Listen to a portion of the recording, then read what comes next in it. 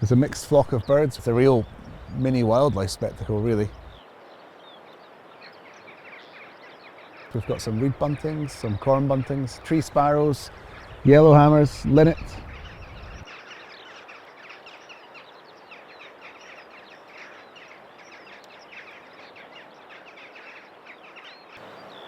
In the rest of the countryside, there's probably not loads of food left over for them at this time of year. But in here, we've got this concentrated supply of seed, really, from quite a lot of different plants like barley, wheat, triticale, oilseed rape, various different plants in there, and they're all providing these different seed resources for the birds to come in and feed on.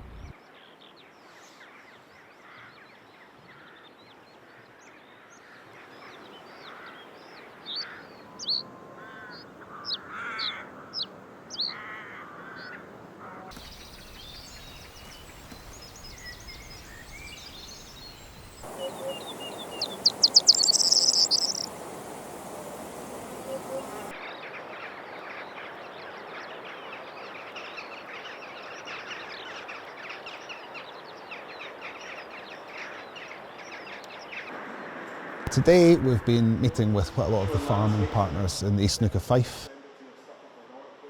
And the great news is that through working together, we're really seeing the results. We've got monitoring from St Andrews University, and we're just seeing the population go up and up and up over the last few years.